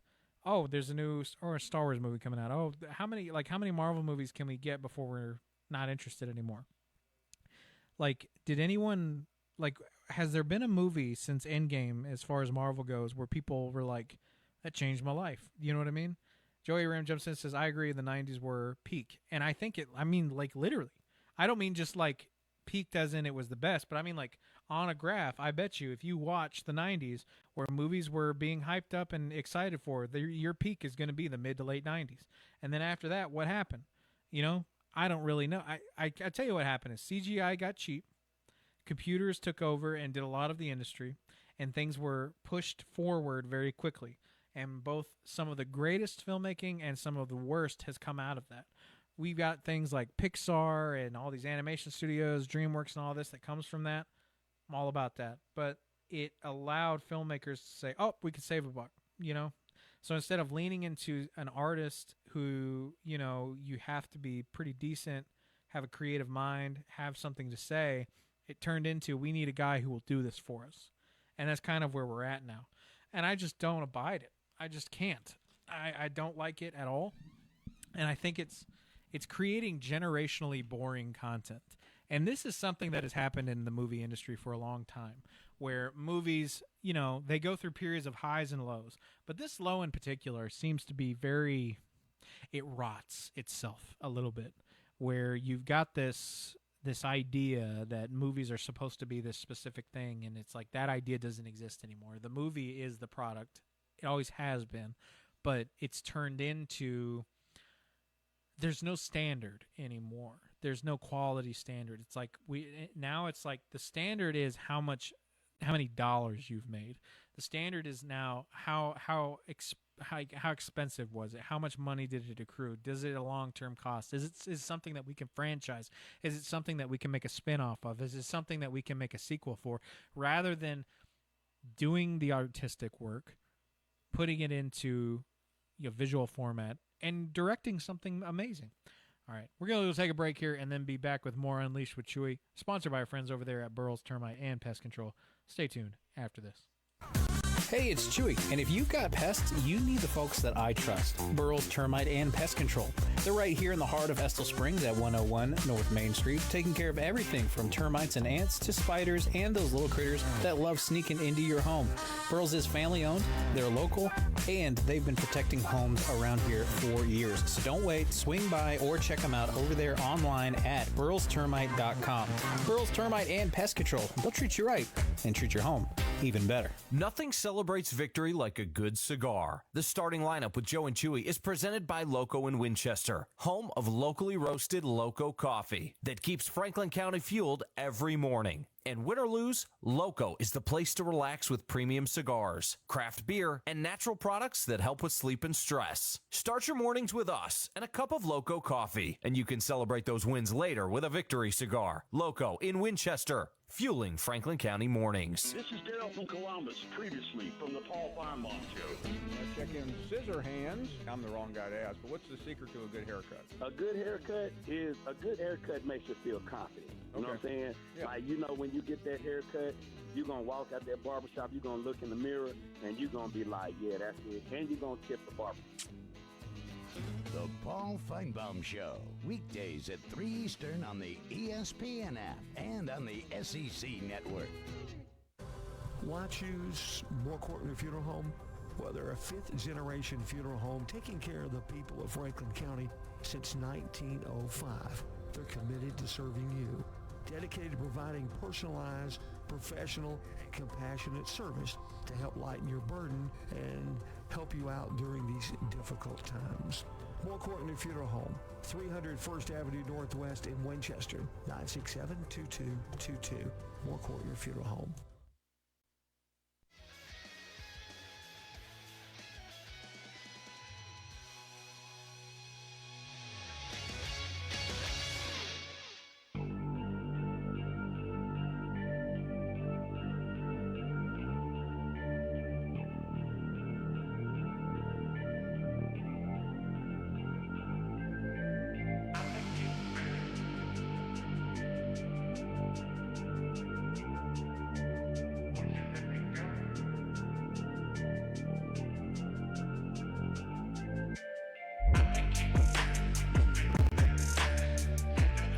Welcome back to Unleashed, presented by our friends over there at Burl's Termite and Pest Control. All right, I'm going to get off the movie topics. We're going to move on a little bit. There's one complaint that I did have, actually, believe it or not. I know I don't really complain very much, and I'm very easygoing, and I'm not high energy or anxious or anything. But I did have one thing I want to complain about. Can we talk about the fact that text messages now have the little scene icon? I only like this whenever I'm on the other end of that, because I got to tell you what, there's nothing more annoying than having to open up a chat or something where it can say that you've seen something because you want to be nosy. Why is it always got a tattle on you? You know what I mean? I hate texting people now. Here's my thing. I am like many people my age and younger. If you can call me or you can text me, you better be texting me. Because if you call me to chit-chat, that'll end real quick. I hate talking on the phone unless I have to talk on the phone. I hate it when people call me. I hate having to call people. I will only call you if I'm really trying to get your attention for a quick thing. Otherwise, I'm going to be texting you, and I expect you to be texting me. Don't sit there and waste my time with a phone call that lasts for 30 minutes. I don't want to talk on a phone. Unless you are 80 years old and homebound and I can't get to you, I don't want to sit there and just talk on the phone. People who talk on the phone, listen, and there's people who just leave the phone on. They'll just be doing stuff, and they'll just leave the phone on the counter on speaker. And so you're hearing the feedback of the speaker on the table the entire time. How does that not drive you insane? Explain that to me as well. Now, text messages, though, I much prefer a text message. I prefer a text message over SMS. I don't want none of this RCS bull crap. Don't give that to me, because every single time they're always like, they'll send you something and you've always got this little scene icon on there. Yeah. Are you kidding me? Like, it's like, listen, I am trying to do my best to be alone right now. Joe Abraham equivalent says that meeting could have been an email. Yes, 100%. Where you got this, and there's some people who are adamant about it, and you'll even let them know, and you're like, hey, don't call me, just text me. Every time they call you, and it drives me up a wall. Like, I can't do it. Like, if you're gonna call me about something funny that happened, that phone call should not last more than 40 seconds. At tops, it should not last more than 40 seconds. Because if you catch me in there on the phone that's longer than 40 seconds, I'm getting sued. Okay? Or I've got some sort of legal trouble that I didn't know I had. And I'm on the phone with the sheriff's department about it, and we're trying to figure it out. There is under no circumstance whatsoever should a phone call ever be more than 40 seconds long, because it's like, what's the information? Give it to me. I receive it. I acknowledge it. You confirm. Hang up the phone. That's what a phone call is for. It's like an appointment. Your appointment's at 11:30 on Tuesday. I can't do that. Can we do it next on Wednesday? They say, well, I don't have an 11 a.m. on Wednesday, but I've got an 11:30 or I've got a 12:30, and they're like, oh yeah, that's fine. And then you hang up the phone and you don't keep talking. You're like, well, what are you doing today? Like, don't do that. That drives like, what are we doing? Like, the only time I ever do this is I will call my girlfriend when she's on lunch, because it's the only time I get to hear her voice throughout the day, and that's it. But that is with my most personal, intimate friend. You know what I mean? Like, it is with your significant other. Hearing their voice and talking to somebody are two different things, and I don't think it's an equivalent. So don't bring that up. Number two, if you sit there and you're like, you're bored, go do something. Don't bother me and make me bored with you. I'm your best friend, not your entertainment machine. Okay? I am your relative or your cousin or whatever. Don't sit there and then drag me into your pit of boredom because you don't know how to crawl out of it. You're like, well, what are you doing today? And I'm like, well, I was doing something until you stopped this, and we're like, oh, well, that's interesting. We're doing this or that. And it's like, oh, that would have been interesting if we would have gone and done something. And Joe Abraham says, bro, I just want to talk to you. Joe Abraham, I've never wanted to talk to you. I've never had a day where I've seen your phone pop up on there. I'm like, this will be fun. That's not true. But in all seriousness, Joe Abraham says you don't have to put me on blast. I'm not talking about you specifically, Joe Abraham. Joe Abraham, thankfully, has never called me just to be like, hey, man, what's up? That I got to tell you what, I respect that to a high level, because the moment someone calls me and is like, hey, man, what's up? Like, I am like, all right, this is the kind of human being that I know that I'm not going to vibe with. Joe Abraham will call me, and I'll let me look at my past. I'll even look at my phone to tell you where we're at. Okay, so let me show you. So let's see. The last time Joe Abraham called me was a while ago, apparently. You see, you're up someone's rear all day long like that. You don't have to call him very much. Joe Abraham does not call me very much. It's rare that Joe Abraham... Okay, here we go. Last call. It lasted 1 minute and 12 seconds. That is how long the last call with Joe Abraham went. That is the longest it should ever be. Okay? And Joe Abraham, he does a good job about that. I admire Joe Abraham for doing that. Katie's the same way. Katie, a call from Katie won't be more than 2 minutes long. And that, for me, is a great compliment, okay? Because if you can get on the phone with someone, especially someone like your employer, and it's not like a 10-plus minute phone call, you have won the lottery. You've won the day that day, okay? It is a beautiful thing. It should be praised and rejoiced, okay? But the moment that you get someone on the phone who's like that, I just don't want to do it. Back to what I was saying, group chats are terrible about this. How many people are in a group chat right now? How many people in the chat are in multiple group chats to this day? And what do you always do halfway through the group chat's life cycle? You always got to turn off the notifications. Why? Because there's always someone in there that's either like spamming memes, or there's an argument, or there's like something that happened at someone's house or nearby someone's house, and you're getting 60,000 messages and notifications all at one time. And then on top of that, you've got all the other ones that are doing that too. And I'm like, how many times are you doing that? And you're like, okay, I got to get out of this group chat. I got to turn this off. But the worst part about a group chat is not the amount of notifications that you're getting. The worst part about a group chat is when they put something in there and then they see that you've seen it and then you don't say anything.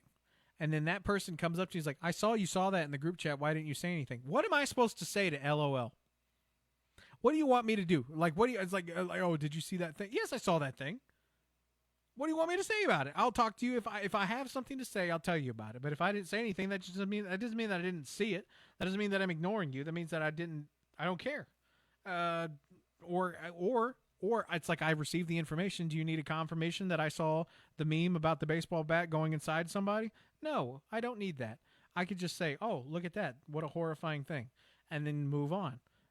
The scene icon has to go. The RCS chat has to go.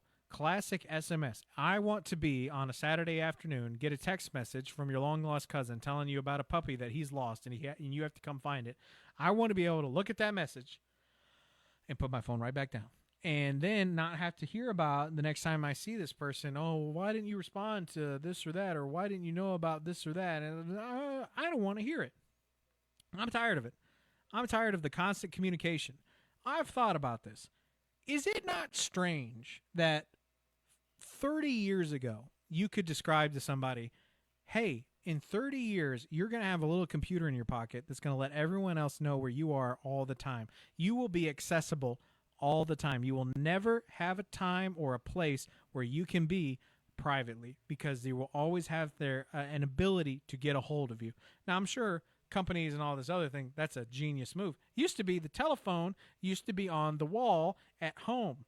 And if you weren't home, then you missed that call. Voice messaging machines used to be a thing because people weren't at home all the time. And people didn't have these little devices in our pockets being harassed in it all the time. You ask people why they've got so many anxiety problems now. It's because they're responsible for the maintenance of not only themselves, but everyone else who can see you not performing the way everyone else is. You've got this little, I call it, this is what I call a phone. I call a phone a little snitch, okay? Your little snitch is always going to be in your pocket, and it's always going to let everybody know what you're doing, where you're at, what you're doing. Why didn't you respond? Did you respond? Did you miss my call? Why didn't you pick up my call? I saw where you were. Your location was turned on Snapchat. I saw that you were at. You were going to Whole Foods, so you acted like you're all big and bad now, not answering my phone because you were shopping at Whole Foods. I wasn't shopping at Whole Foods. I was vandalizing Whole Foods. There's a difference, and I don't need you up here to tell me what I was doing on my own time. I think it's a strange thing that, people are attached to these phones and they feel like they have to be.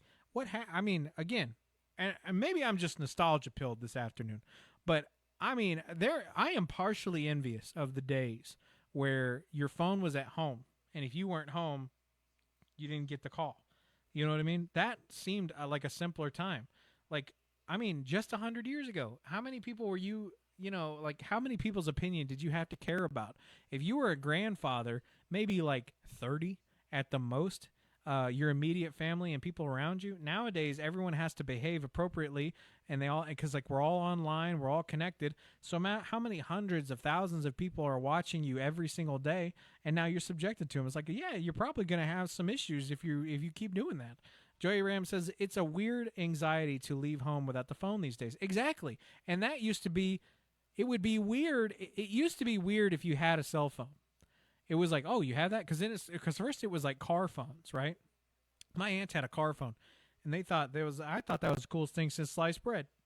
Nowadays, I'm like, man, that contributed to the downfall of society. And Joe Aram gives a good point. Now you're anxious if you don't have your phone, because what are you thinking? In the back of your head, every time you have your phone turned off or you have your ringer turned down, you're thinking, I can't lay down. I got to turn that ringer up because the moment I don't, that's going to be when they give me the phone call that someone's hurt or somebody died or something bad has happened. It is the exact feeling out of every human being, okay? Used to be, you could just go out and do stuff, and that anxiety was at home. I don't know about you guys, but I'm a little over it as far as it goes with the phone thing. I wonder here soon, will there be an anti-tech generation where we've got a generation of kids who are going to jump in here and actually start removing themselves from it? Is social media going to be a thing that young people connect with, or is it just going to be something that they leave in the past? People talk about digital footprints now. Like, aren't you worried that's going to be on your digital footprint? Kids these days say, no, not really. Not because they're worried about what's going to come up later. It's because they just don't believe in the future. You know what I mean? You grow up in the grow up in the 90s, early aughts. Future was like an exciting thing. You wanted to prepare for it. You were like, you were ready for it. These technological advantages were coming. And now that we're here, it's like, you've made your own prison. And it's something that I think is going to stick around with us for a very, very long time. I'm curious to see where it goes. Jump into the Hall Furniture Facebook stream this afternoon if you are interested in letting me know how I feel this afternoon. I'm feeling spicy this afternoon. I don't know if you could tell, but I'm on fire right now. All right, we're going to jump into a break. We'll be back with more of this Unleashed with Chewy, sponsored by our friends over there at Burroughs Termite and Pest Control. Stay tuned after these messages. Athletics teach more than wins and losses. Substance misuse can undermine performance, health, and long-term goals. That's why prevention matters in sports and in life. The Franklin County Prevention Coalition partners with schools, coaches, and families to promote healthy choices among student athletes. Because when teams support one another, we are stronger together. And when young leaders compete with clear minds and healthy bodies, they're truly stronger without it. Learn more at fcpctn.org. This project is funded under a grant contract with the Tennessee Department of Mental Health and Substance Abuse Services. Hey folks, I'm Johnny Hand from WCDT, the home for Franklin County Athletics. From Friday night football to every big game in between, we're proud to bring you all the action that keeps our community cheering. Want to be part of that excitement? We'd love to talk with you about advertising and other great opportunities to support our local athletes. So give us a call today at 931-967-2201 or stop by the station at 1201 South College Street right here in Winchester. WCDT Winchester. We are Franklin County. From the 931 Go Weather Center, it's time for an ESPN Radio Winchester weather update, presented by Pennett's Pharmacy. After our very warm afternoon, we are cooling all the way down to a low of only 62 degrees tonight. Nice and beautiful outside with a slight wind coming in and only around 5 miles per hour. So get out there and enjoy your wonderful evening while you stay tuned to ESPN Radio Winchester, 1340 1069. At Bennett's Pharmacy in Winchester, we're more than a pharmacy. We're your partner in health. Conveniently located at 1201 Dinah Shore Boulevard, we're here to serve you with fast, friendly, and personalized service. Need prescriptions filled? Looking for over-the-counter products? We've got you covered. Plus, enjoy local delivery and expert advice from our caring team. Call us today at 931-967-2777 or stop by Bennett's Pharmacy at 1201 Dinah Shore Boulevard today.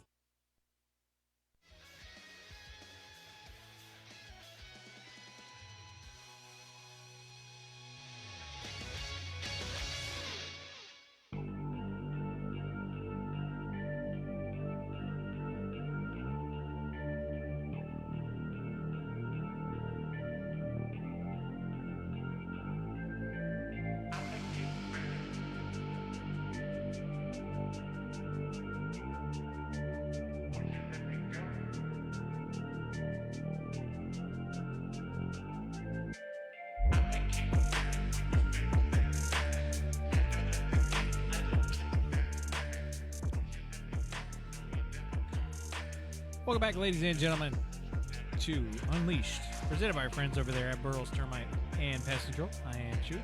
Jump in with us on the Hall Furniture Facebook stream this afternoon if you're interested in letting us know about some of your opinions that you've got as well. I've got one in particular. I don't understand the cult of Apple. Can someone explain to me the Apple thing? I think I've said it a few times on the morning show, but I've never done like a deep dive into why I just dislike this company so much in particular. And I see people defend them all the time. I cannot take an opinion from someone who uses Apple products like exclusively. You know what I mean? Because it's like, it's not a sign of quality. You know what I mean? It's like, I know you're not objective if all you do is use Apple devices because you've been sold on the Apple logo and nothing else. I cannot stand an Apple device. I just won't abide it. The only good thing that an iPhone does is it's got a kick-ass camera, and that's it. That's the only thing that the iPhone does well. And I just genuinely do not believe in the Apple product. In fact, if you go and tell me, well, you should try an iPad or you should try an iMac or we should switch to this or we should switch to that, every scenario ever involving a Mac or a Macintosh computer, a phone, tablet, anything, has always ended in disaster. And it happens every time. And I'll go out and say it. I'll say, I don't think that's going to work. And they're like, well, we'll try it anyway. And I said, good idea. We'll try it anyway. And what happens every single time? It never works. I don't understand this. And this is not coming from somebody who's like vehemently, I will get rid of my Android tomorrow if you're going to give me another phone with a different operating system with the same capabilities and depth. Absolutely. Take it. I don't care about who makes it. I care about it if it works. And Apple, in general, just does not work. It contains itself in these, basically like this box where you have to play on their field to do anything. And you can't program with them. It's hard to do that. You've got to make special things for it like that. You've got all this other stuff that people got to do with it, and it's just not worth it. And also, I think it's kind of creepy that it's all super, like, it tracks you with everything that you do, and it's all connected. You've got your text messages that'll pop up on your iPad and your TV and your computers and stuff like that. That interconnectivity is actually not a selling point for me. I do not like the interconnectivity with Apple, because also I've heard it's like impossible to separate yourself from Apple as well. I remember I talked to somebody, they were talking about how they were like, they had an iPhone and were trying to get a different one, and instead of just like facilitating it, like the Apple representative asked, well, why? And I'm like, what do you mean, well, why? I'm canceling the service. You don't need a why. And I don't know, maybe that's just like old man crotchety coming out of me. But I just do not like that very much at all. I am not an Apple guy, and I don't get Apple. But I would like to know what people's opinions on Apple is. Honestly, like why Apple? Is it because it's easy? Is it because it's sleek? Is it because it's what everyone else does? And also, if you are if you are staunchly like loyal to a brand like that, what is the reason? Like DeWalt versus Milwaukee. Like, why are you going with X, Y, or Z? Like, if you got the Toyota versus the Ford, like, what is it about brand loyalty that brings that out of people? Because I don't have it very much, or if I do have it, I don't notice it. You know what I mean? It's not a conscious decision that I think I would make, and I'm curious, like, is it a conscious decision for anybody else? And if it is, what is it and why?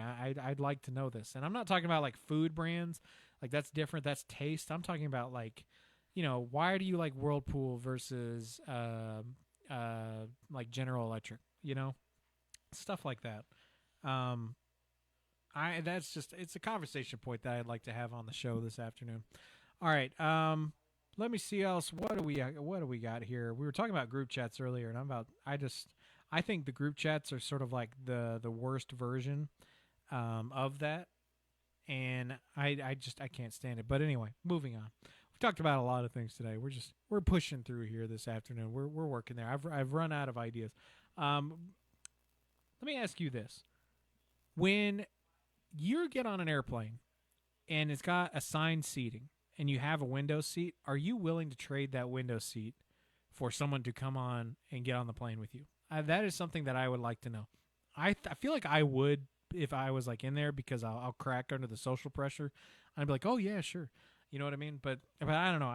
That's something for me to try and figure out. Also, I've been gotten back into something here recently that I would highly recommend people doing a lot of yard selling. Now, I don't know about you guys, but we do swap and shop in the right after the morning shows, and I got to tell you what, those mornings, like, listen, I'll go to one of these, like, they even have what's called swap meets, which is like you bring your stuff and they go and park in a parking lot, and then everyone like has stuff for sale that you can go through. It's like a yard sale, basically. Like, they just come and they bring you unique items that they're trying to get rid of, or they're trying to resell or something like that. Stuff that I really enjoy. And I remember many years I would go, we would like during the summertime, that's how we would get our school clothes. We'd go on yard selling. We'd go and we'd get t-shirts and shoes and clothes and pants and stuff like that out at yard sales. And I was curious, it's like, 'cause that's the thing that people still do. I've been seeing yard sales less and less throughout the years, and it's like there was like a high craze of it for a while. It was to the point to where, like, I remember there were yard sales that people were having to facilitate their craft items. Like back in the day, dog, like there were these bags that these women would make, and they were made out of the Kool-Aid pouches, like those aluminum Kool-Aid pouches, like the Capri Sun squeeze pouch things.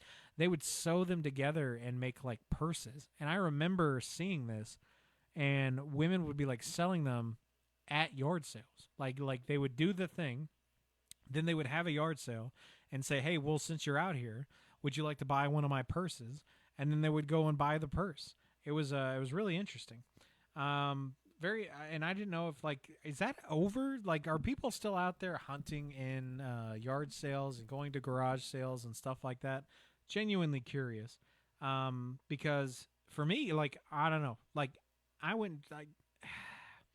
might buy a T-shirt here and there for a business. Like, if you're a local business and you've got, like, T-shirts, I will wear them. Like, but as far as, like, if you're, like a graphic tee, all of my T-shirts, like, that are not business related are all gifts, because I cannot spend $15 to $20 on one T-shirt. I don't know why. Just psychologically in my brain, it doesn't make sense. I tell you why. It's because I grew up, going to, like, Goodwill and all these other places. Most T-shirt there ever was like $5, and that was kind of expensive. You used to be able to get a few for $5. You know what I mean? And I'm not out here. Like, I don't know. I'll go on a website. It's like $35 for a T-shirt, and I'm just like, yeah, I don't know, and I'm not subscribed to, like, any sports team either. So I don't, like, the translation of, like, that's how you support the team or the band or something. Like, gone to multiple concerts with Tori. Tori wants to drag me all across the universe going to these concerts. Never once have I ever been, like, compelled to, like, buy the $120 T-shirt. Literally, that was a real price one time that we saw. $120 for one T-shirt. I just can't do it. I just can't do it. I don't care if this is the only opportunity that I ever have to tell people that, yes, I went to this specific show. But for me, the FOMO just isn't there. And also, like, brands like Yeezy shirts for, like, $200 is, like, a plain white T-shirt. And also, like, is Balenciaga. Can we talk about this? Let's talk about fancy people clothes for a little bit. Balenciaga, that is like a social engineering experiment, right? Like, Balenciaga in general does not make any sense to me. Let's look up Balenciaga together, because the other day I saw literally a trash bag shirt. So let's see, Balenciaga, and we'll just go and check out their shop online, just the website. So it starts off and it's got this bag that's fine, I guess, if you like that kind of thing, but already off to a bad start. So we're on it, and it's like, number one, it's like the most plain-looking website you've ever seen, and it just says, and there's like no art behind this. Like, the lack of art is the art. You know what I mean? This hyper specialized and minimalist thing. The first item that I have found with a price tag on Balenciaga's website, $2,900, $2,990, so almost $3,000 for this handbag. And then there's a denim handbag for $2,500.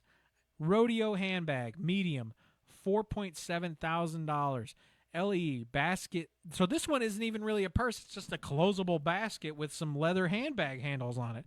$1,500 almost. Or no, excuse me, sorry, not $1,500, but $1,150. That makes it so much better. All right, so, like, just for fun, they have a gifts section. And we'll go gifts for women. Let's see what they got. And of course, it's like it's all handbags. Here you go, $395 for Lady. It says LES space DIX, and like, I guess that's some kind of French thing. Here's a belt, $395. Duchess pump, $1,190. Dynasty rectangle glasses in 3 colors, $560. Elsa Eclipse earrings, $870. I am so confused. Are there people that actually wear this, or is it just like is it a marketing company that's like designed for people to like talk about, and like that's how they generate their revenue? Look at this. They have a New York coffee cup. This is one of those little coffee cups that have the little sip things on them. It's made of plastic. It's reusable. 4 colors, $125 for this. Unbelievable. I do not understand what and why we're participating in this facade. I just don't get it. We're going over to like men's ready to wear. I don't even know what that means. Is everything not ready to wear? Like, are there some where you've got to prep it before you wear it? But general vintage surfer oversized t-shirt. You ready for this? $975. Extreme tie-dye medium fit t-shirt, $925. So, like, nobody shops here, though, right? Like, this isn't a thing that people actually use to purchase clothes. And this is what I'm talking about. Like, I just don't get it. Like, is it a joke for rich people? Like, is that what it is? Or am I so broke that I just don't understand what level of consciousness these people are playing on that they have to be wearing these kinds of clothes? Never once have I ever seen, number one, anyone wearing anything from Balenciaga. And number two, never once have I ever heard of anybody asking for anything for Balenciaga. The only time I've ever heard Balenciaga ever muttered was either through a joke or through hate. And I do not know which one. Join us more coming up after this break. We're going to go take a quick break. Be back more with Unleashed with Chewy, presented by our friends over there at Burl's Termite and Pest Control. Spring is in the air, and so are fresh new savings at Furniture Merchandise Outlet, FMO, right here in Tullahoma. Ready to refresh your space? From living rooms and bedrooms to dining sets and mattresses, FMO has the styles you want at prices you'll love. No long waits, no sticker shock. Just take it home today. Visit them at 105 North Jackson Street in Tullahoma or browse anytime at FMOTN.com. Furniture Merchandise Outlet, where spring cleaning turns into a spring upgrade. It's time for a local news break from the 931 Go News Center. The Franklin County Rebels battled throughout Tuesday night's matchup with Tullahoma, but came up short in a 3-0 loss in a game that was far closer than the final score indicated. Franklin County matched Tullahoma with 8 hits and created multiple scoring opportunities, but struggled to deliver the timely hit. Aiden Hoddesy, Leighton Jones, and Connor Parker each recorded 2 hits, while Gavin McBee and Braden Jackson added to the offensive effort. On the mound, Parker turned in a strong performance, working 6 innings and allowing just 2 earned runs while striking out 5 to keep the Rebels within striking distance. The Rebels left runners in scoring position on multiple occasions, including a bases-loaded opportunity and another threat with runners at second and third. Tullahoma starter Ben Quick worked out of each jam, finishing with 10 strikeouts, several coming in critical moments. A close call at first base and a ground rule double that halted a potential rally also proved pivotal. Franklin County brought the tying run to the plate in the 7th before a flyout ended the game. The Rebels will regroup ahead of Thursday's road matchup at Shelbyville Central. Meanwhile, Franklin County Schools continue working through a proposed 2026-27 budget that reflects projected revenues of approximately $55.97 million and expenditures of about $60.71 million, leaving a roughly $4.74 million gap if no adjustments are made. District leaders cite raising salaries, insurance costs, and declining enrollment as major factors. Enrollment decreases have reduced state funding tied to student numbers, increasing financial strain.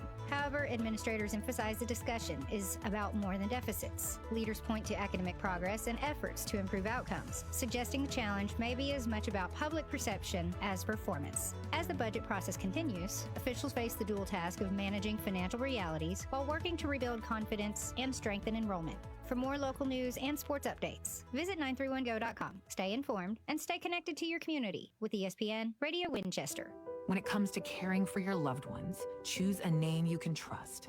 Inhabit Home Health in Winchester, located at 2068 Cowan Highway.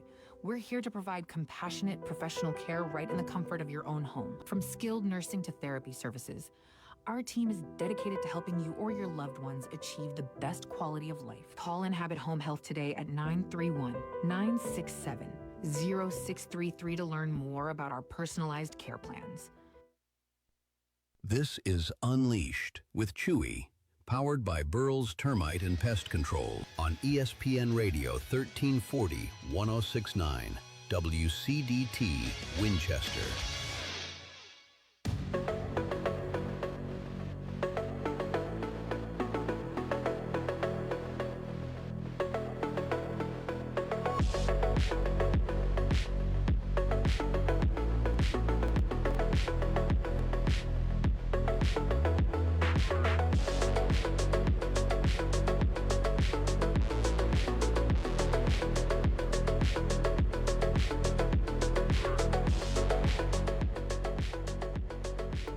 Welcome back, ladies and gentlemen, to Swap and...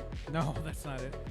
To Unleashed with Chewy, presented by our friends over there at Burl's Termite and Pest Control. Got some fun stuff headed your way. Tonight there is a base... Hold on. It's either baseball or softball game. I don't remember which one. But we've got a game coming up here tonight, and we possibly might have that on the station here playing after this, so stay tuned as well. Got some more events that are also coming up as well. We do have the Isaiah 117 annual golf tournament that is on its way.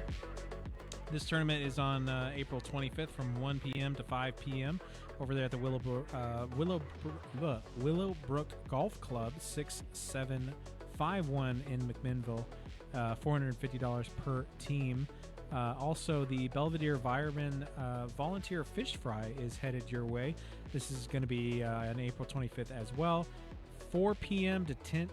Wow, that was a long time. 4 p.m. to 10 p.m. Staying open pretty late. The Belvedere Fire Department's Fish Fry is out there. They're going to be enjoying that. And then on the 26th, Deckard Seventh-day Adventist Church Yard Sale is also coming from 1 p.m. to 8 p.m. at 200 North Diagonal Street. They got indoor, outdoor furniture, toys, clothing, houseware, and more. The Fish Fry is a fun one out there. Belvedere Fireman Fish Fry. That sounds like a lot of fun. If you're interested in that kind of thing, let us know. I do enjoy that kind of stuff as well. Fish fries in general, and these around here are also always a blast. So let us know if you guys are going to come out here and jump in on one of these community events. We got lots of these headed your way, especially with the end of the month basically on its way. And on top of that, we also have the Little Mermaid. It is live up there at Franklin County High School. It is the high school theater who is presenting Disney's Little Mermaid April 30th, May 1st, and May 2nd.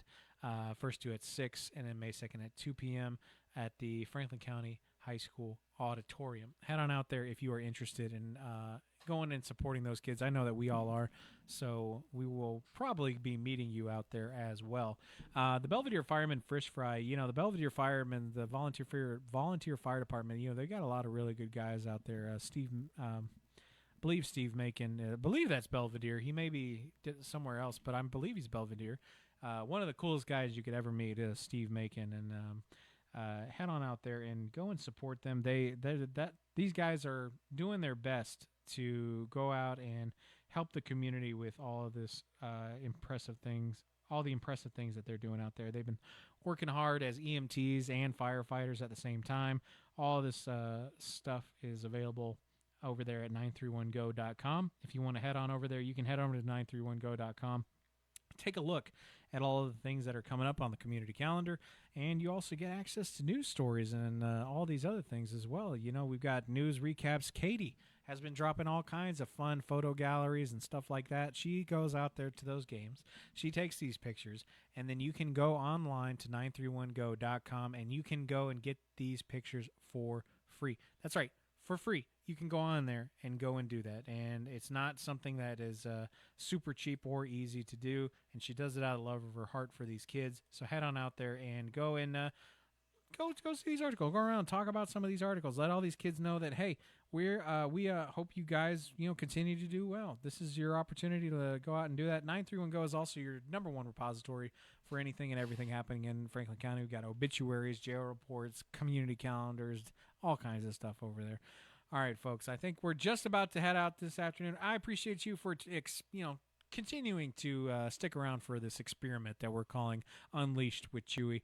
I hope you guys are all enjoying it as much as I am. I hope you guys are having an absolutely beautiful time out there. Head on over to 931Go and stay tuned to ESPN Radio Winchester for more. We've got a ball game coming up right after this at around 6 o'clock, 6:37-ish, somewhere around there. So stay tuned for that. And, yeah, I don't know. I think that's just about everything from me. Tune in tomorrow for more. Tomorrow is going to be Friday, and I will be having a guest in, so you guys won't have to suffer through this with just me on the course with you, and that's okay. So we got more coming up. Stay tuned tomorrow, same place, same time. It's been Unleashed with Chewy on ESPN Radio Winchester 1340 1069. It's now time for your obituaries on ESPN Radio Winchester, courtesy of Moore Courtner Funeral Home. Moore Courtner Funeral Home is in charge of the arrangements for Roy F. Parton, age 88 of Deckard.